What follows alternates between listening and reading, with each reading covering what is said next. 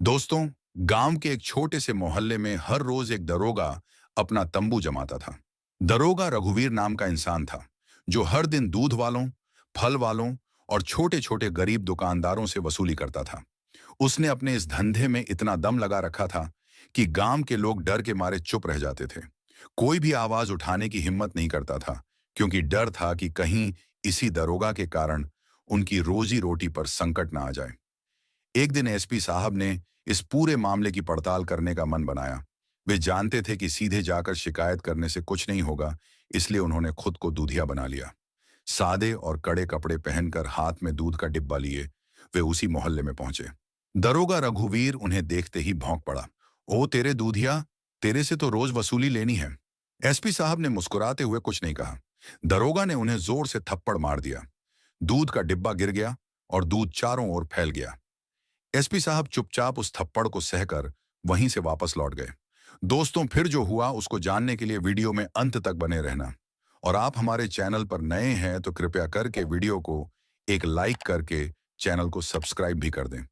तो चलिए वीडियो को शुरू करते हैं। गांव के एक छोटे से मोहल्ले में सूरज उगने से पहले ही एक अजीब सी शांति पसरी रहती थी।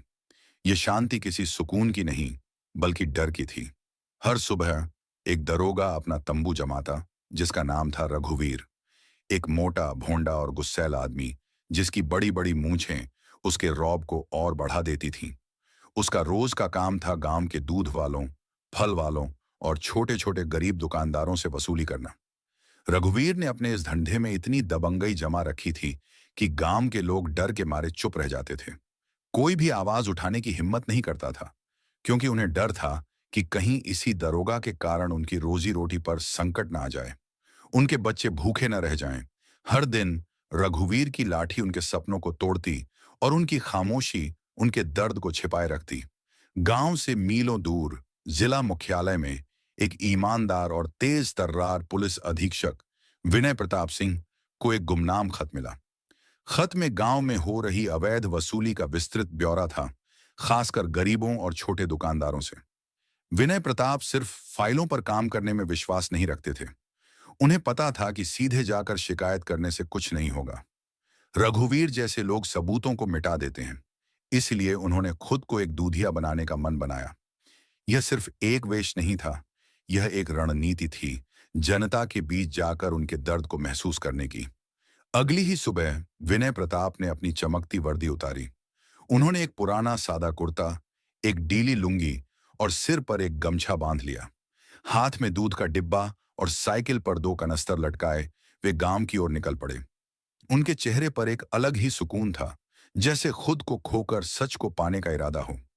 उनकी आंखों में वो दृढ़ संकल्प चमक रहा था, जो बड़े बड़े अपराधियों को भी हिला देता था। गांव की गलियों में सुबह की हल्की धुंध पसरी हुई थी। ठंडक की उस चादर के बीच कहीं दूर से भैंसों की घंटियों की आवाज आ रही थी, और चाय की दुकानों से उभरती भाप में गांव का सुकून लिपटा हुआ था। मगर उस सुकून के भीतर एक ऐसा डर छिपा था, जिसे हर गरीब अपनी खामोशी में छिपाए फिरता था। विनय प्रताप को यह डर उनकी पहली गली में ही महसूस हुआ, जहां कुछ बच्चे उन्हें घूरने लगे। एक अधेड़ महिला ने उनसे पूछा, कहां से आए हो? नए लगते हो। विनय प्रताप मुस्कुराए। बनारस से आया हूं माई, अब यहीं दूध बेचूंगा। धीरे धीरे वह मुख्य चौराहे की ओर बढ़े, जहां से दरोगा रघुवीर सिंह की दबंगई की शुरुआत होती थी। चौराहे पर खड़ी पुलिस जीप में रघुवीर सिंह बैठा हुआ था। उसकी आंखें हमेशा शिकार की तलाश में रहती थीं। उसकी नजर नए दूध वाले पर पड़ी। आंखों में शक की चमक उभरी।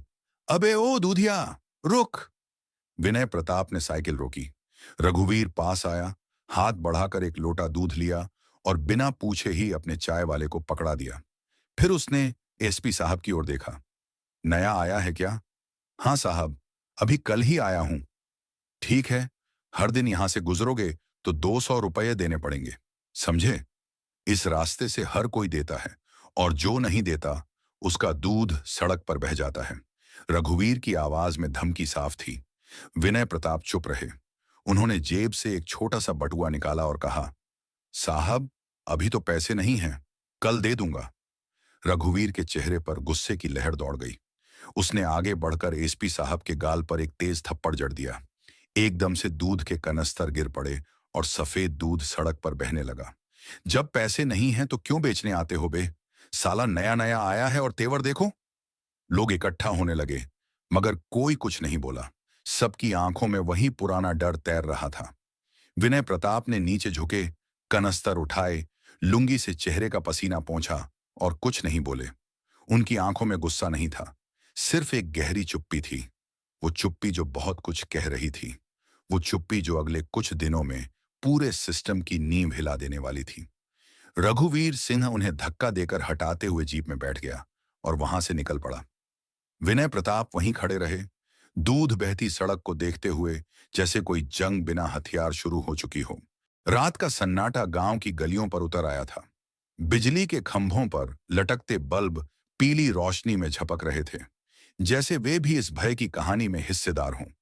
दूर कहीं कुत्ते भौंक रहे थे और एक टूटी चारपाई पर बैठे बूढ़े दादा खांसते हुए बीड़ी सुलगा रहे थे। उस दिन की घटना के बाद गांव में हलचल थी, मगर जुबां अब भी बंद थी। दूध वाला जो नया आया था, उसे थप्पड़ पड़ा था। कई ने देखा, कई ने अनदेखा किया। विनय प्रताप उसी गली के किनारे एक बुजुर्ग के घर रुके थे, जिनका नाम था माधव। माधव एक समय खुद दूध बेचते थे, मगर रघुवीर की रोज की वसूली से तंग आकर अब भैंस बेच चुके थे। उन्होंने एसपी साहब को सिरहाने जगह दी, एक पुरानी रजाई दी और बिना ज्यादा सवाल पूछे उनके चेहरे की थकान पड़ ली थी। बाबू, तुम कुछ अलग लगते हो। जब थप्पड़ पड़ा तब भी तुम्हारी आंखों में डर नहीं था, गुस्सा भी नहीं। क्या कोई खोज में हो? माधव ने धीरे से पूछा। एसपी साहब मुस्कुराए नहीं, बस धीरे से बोले, बस कुछ सच्चाइयों की तलाश में आया हूं। रात ढलने लगी। गांव के कुछ युवक छतों पर बैठे थे, धीरे धीरे चर्चा कर रहे थे कि यह दूध वाला कुछ तो अलग है। एक ने कहा, तुमने देखा, जब थप्पड़ पड़ा तब भी वह कुछ नहीं बोला, और जब दूध गिरा तब भी उसने पलटकर नहीं देखा। ऐसे आदमी हर दिन नहीं आते। माधव के घर के बरामदे में बैठे विनय प्रताप अब गांव की आत्मा को महसूस कर रहे थे। दूर कहीं एक मां अपने बेटे को थप्पड़ मार रही थी। कल से दूध वाले के साथ नहीं जाना, वह अब रघुवीर के निशाने पर है। एसपी साहब की आंखें बंद थीं, लेकिन कान खुले। वह हर आवाज को पी रहे थे, हर खामोशी को सुन रहे थे। उन्हें इस गांव की असली लड़ाई अब समझ में आने लगी थी। यह लड़ाई रघुवीर जैसे दरोगा से नहीं थी। यह लड़ाई उस डर से थी जो हर गरीब के सीने में सांस की तरह बसा हुआ था। रात के 2 बजे माधव की पोती मीरा की धीमी सी आवाज आई, बाबा, वो दूध वाला रो रहा है। माधव उठे और देखा कि एसपी साहब आंखें मूंदे बैठे हैं। चेहरे पर 2 आंसू बह रहे थे। वो रो नहीं रहे थे, वो शायद उस दर्द को बहा रहे थे जो उन्हें उन तमाम आवाजों से मिला था, जो कभी बोली ही नहीं गई। वो सिर्फ एक दूध वाला नहीं थे, वो गांव के हर दबे हुए स्वर का प्रतिबिंब बन चुके थे। सुबह की पहली अजान की आवाज गूंजी। एसपी साहब ने आंखें खोली। वह जान चुके थे, अब वक्त आ गया है इस चुप्पी को आवाज देने का। अब सिर्फ सुनना नहीं, अब दिखाना होगा। उन्होंने तय किया, अगले 5 दिन वह यहीं रहेंगे।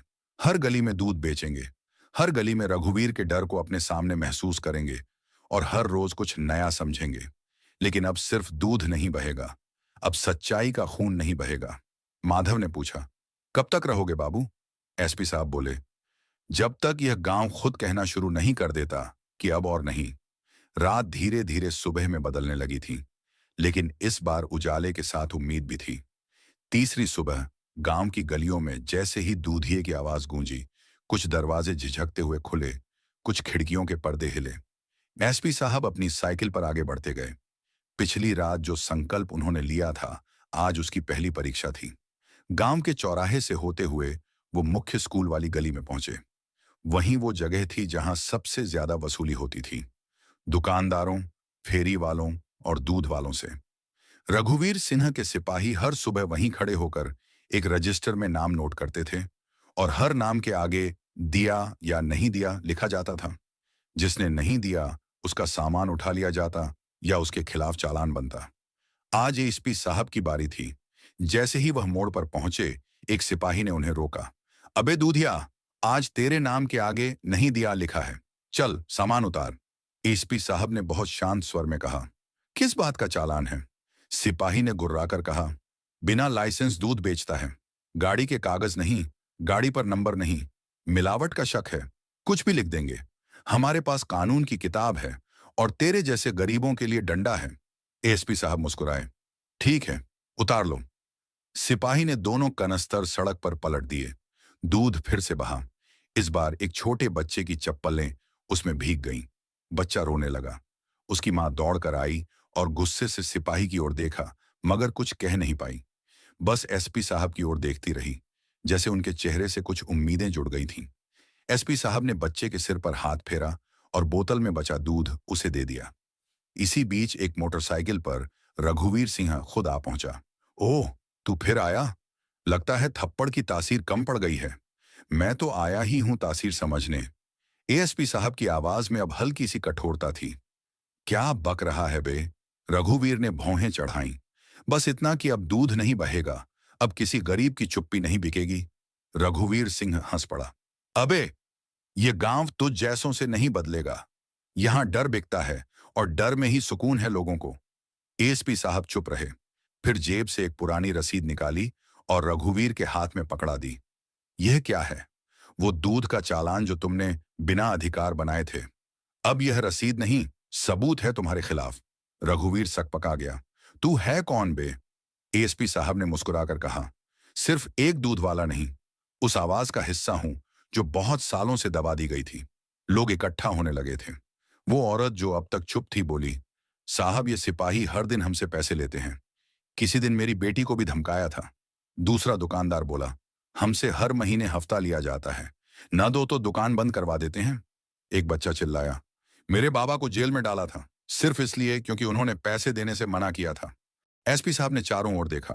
चुप्पी टूट रही थी, डर पिघल रहा था। रघुवीर अब अकेला था। उसकी आंखों में वह पहला डर था जो शायद उसने कभी किसी गरीब की आंखों में देखा होगा। अब तुम्हारा चालान बनेगा दरोगा जी, एसपी साहब बोले, वो भी सच्चाई के नाम पर। इतना कहकर वह फिर से अपनी साइकिल पर सवार हुए और अगले मोड़ की ओर बढ़ गए। अब गांव की हवा में सिर्फ दूध की नहीं, बदलाव की महक भी घुल चुकी थी। गांव में चौथे दिन की सुबह कुछ बदली बदली सी थी। पहले जहां दूधिये की साइकिल की घंटी एक आम आवाज थी, अब वह उम्मीद की घंटी बन चुकी थी। बच्चे दौड़कर घरों से बाहर आते, औरतें थालियां लेकर इंतजार करतीं। बुजुर्गों की आंखों में अब कुछ सवाल नहीं, कुछ उम्मीदें थीं।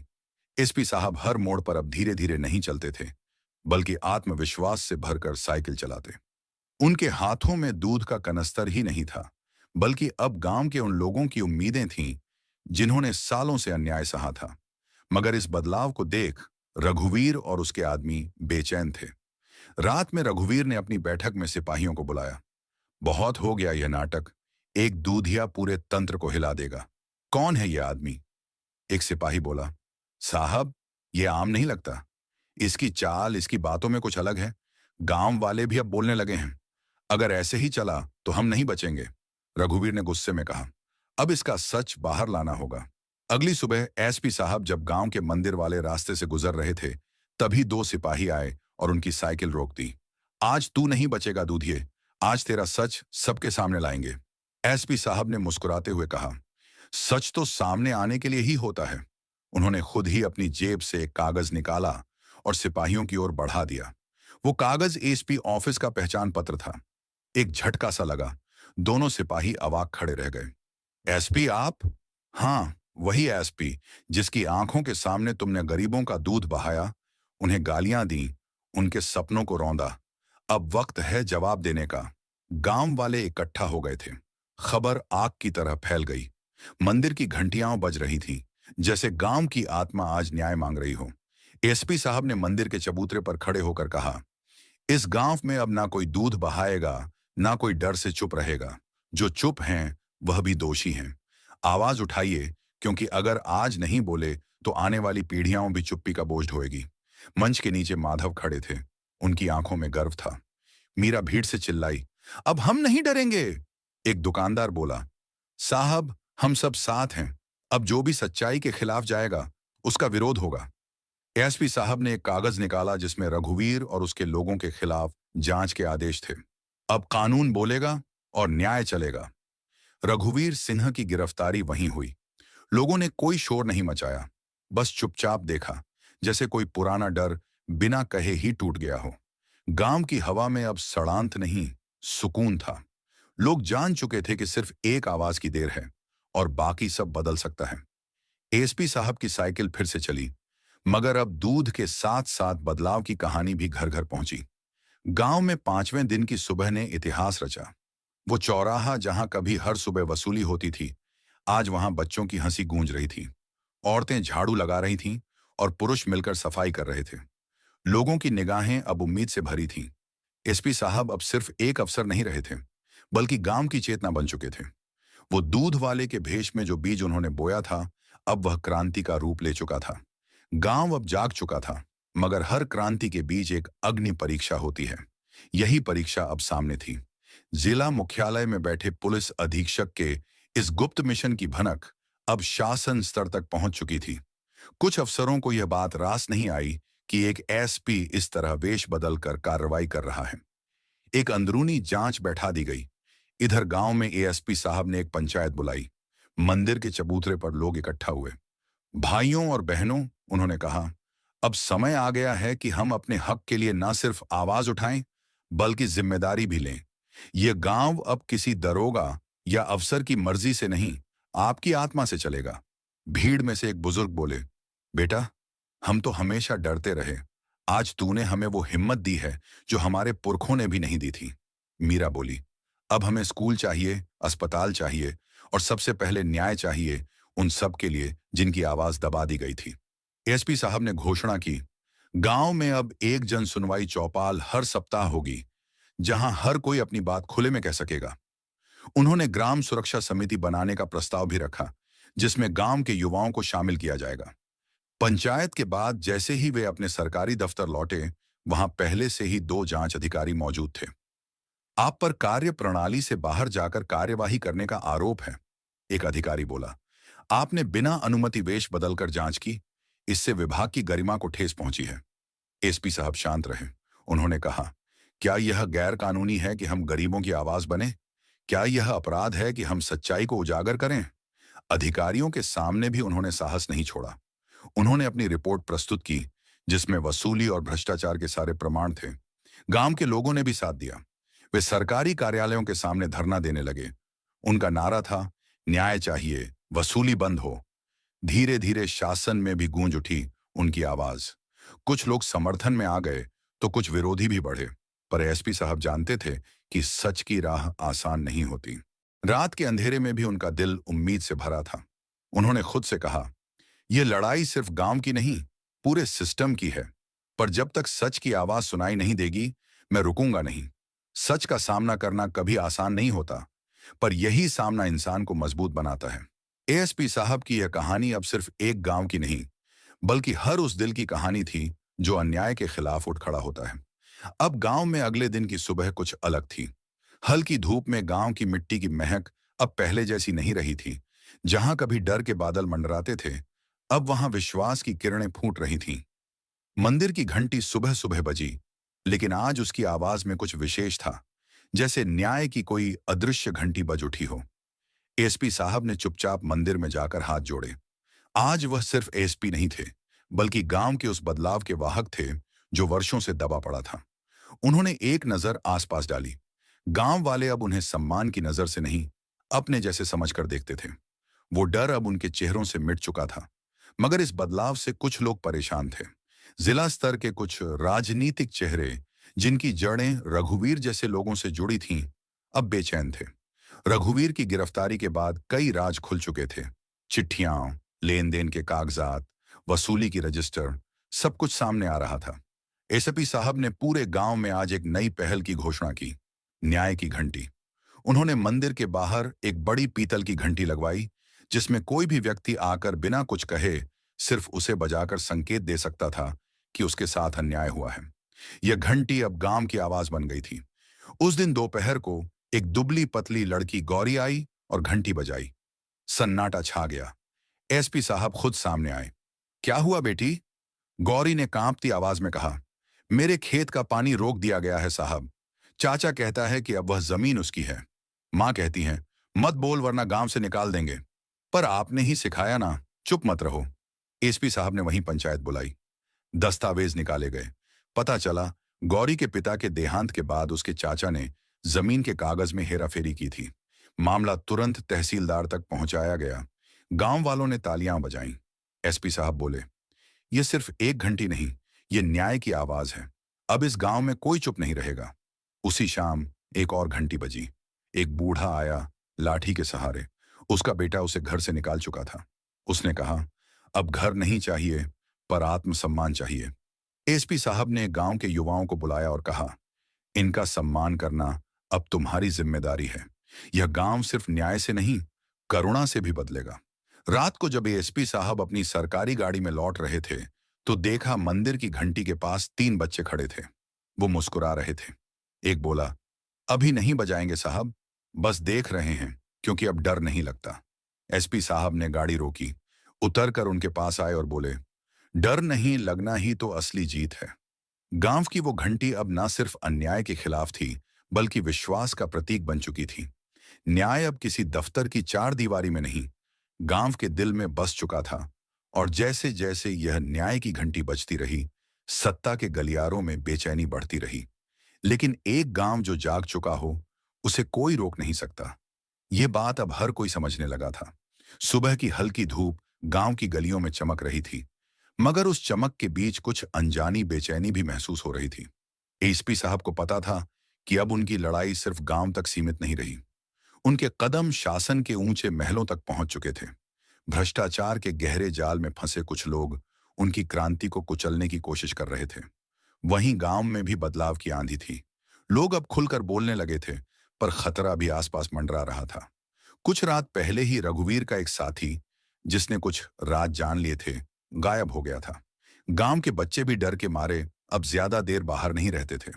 एसपी साहब ने सोचा, यह समय चुप्पी का नहीं, हिम्मत का है। उन्होंने गांव की सुरक्षा समिति को मजबूत करने का फैसला किया, युवाओं को संगठित किया ताकि वे गांव की रक्षा कर सकें। एक दिन शाम को जब एसपी साहब गांव के चौपाल में बैठे थे, अचानक कुछ सरकारी अधिकारी गांव पहुंचे। उनकी आहट सुनकर माहौल गंभीर हो गया। अधिकारियों ने आधिकारिक तौर पर एसपी साहब को उनके कार्यों के लिए फटकार लगाई और चेतावनी दी कि बिना अनुमति कोई भी वेश बदलकर कार्यवाही करना गैरकानूनी है। एसपी साहब ने गहरी सांस ली, फिर दृढ़ता से कहा, क्या यह गैरकानूनी है कि हम गरीबों की आवाज बने? क्या यह अपराध है कि हम सच्चाई को उजागर करें? अधिकारियों के सामने भी उन्होंने साहस नहीं छोड़ा। उन्होंने अपनी रिपोर्ट प्रस्तुत की, जिसमें वसूली और भ्रष्टाचार के सारे प्रमाण थे। गांव के लोगों ने भी साथ दिया। वे सरकारी कार्यालयों के सामने धरना देने लगे। उनका नारा था, न्याय चाहिए, वसूली बंद हो। धीरे धीरे शासन में भी गूंज उठी उनकी आवाज। कुछ लोग समर्थन में आ गए तो कुछ विरोधी भी बढ़े। पर एसपी साहब जानते थे कि सच की राह आसान नहीं होती। रात के अंधेरे में भी उनका दिल उम्मीद से भरा था। उन्होंने खुद से कहा, यह लड़ाई सिर्फ गांव की नहीं, पूरे सिस्टम की है। पर जब तक सच की आवाज सुनाई नहीं देगी, मैं रुकूंगा नहीं। सच का सामना करना कभी आसान नहीं होता, पर यही सामना इंसान को मजबूत बनाता है। एसपी साहब की यह कहानी अब सिर्फ एक गांव की नहीं, बल्कि हर उस दिल की कहानी थी जो अन्याय के खिलाफ उठ खड़ा होता है। तो दोस्तों, दरोगा रघुवीर और दूध वाला एसपी, डर से न्याय तक का सफर की यह कहानी यहीं समाप्त होती है। हमने देखा कैसे एक एसपी ने वेश बदलकर सिर्फ एक गांव का ही नहीं, बल्कि उस हर व्यक्ति का डर दूर किया जो अन्याय के बोझ तले दबा था। यह सिर्फ एक कहानी नहीं, यह आशा, साहस और बदलाव की एक मिसाल है। अगर इस कहानी ने आपके दिल को छुआ है, अगर इसने आपको प्रेरित किया है, तो इसे लाइक करना बिल्कुल न भूलें। आपका एक लाइक हमें ऐसी ही सच्ची और सशक्त कहानियां आप तक पहुंचाने के लिए प्रेरित करता है। इस वीडियो को अपने दोस्तों और परिवार के साथ जरूर शेयर करें। क्या पता ये कहानी किसी के जीवन में हिम्मत की एक नई किरण जगा दे, किसी को यह महसूस करवाए कि अकेले नहीं, हम सब मिलकर बदलाव ला सकते हैं। और अगर आप हमारे चैनल पर नए हैं तो अभी सब्सक्राइब करें। हम आपके लिए सिर्फ कहानियां नहीं, बल्कि ऐसी जबरदस्त जानकारी और प्रेरणा लाते रहते हैं जो आपके जीवन में सकारात्मक बदलाव ला सकती है। सब्सक्राइब करने के बाद घंटी वाला आइकॉन दबाना न भूलें, ताकि हमारी हर नई और महत्वपूर्ण वीडियो की सूचना सबसे पहले आप तक पहुंचे। हम हमेशा आपको बेहतरीन और प्रामाणिक कंटेंट देने की पूरी कोशिश करते हैं। आपके सुझाव और विचार हमारे लिए बेहद खास हैं। कमेंट सेक्शन में हमें जरूर बताएं कि आपको यह कहानी कैसी लगी। क्या इसने आपको सोचने पर मजबूर किया? क्या आपके पास कोई सवाल या अपना अनुभव है? आपकी राय हमारे लिए बहुत मायने रखती है और हमें बेहतर बनाने में मदद करती है। हमारे चैनल को आगे बढ़ाने में आपका समर्थन बहुत जरूरी है।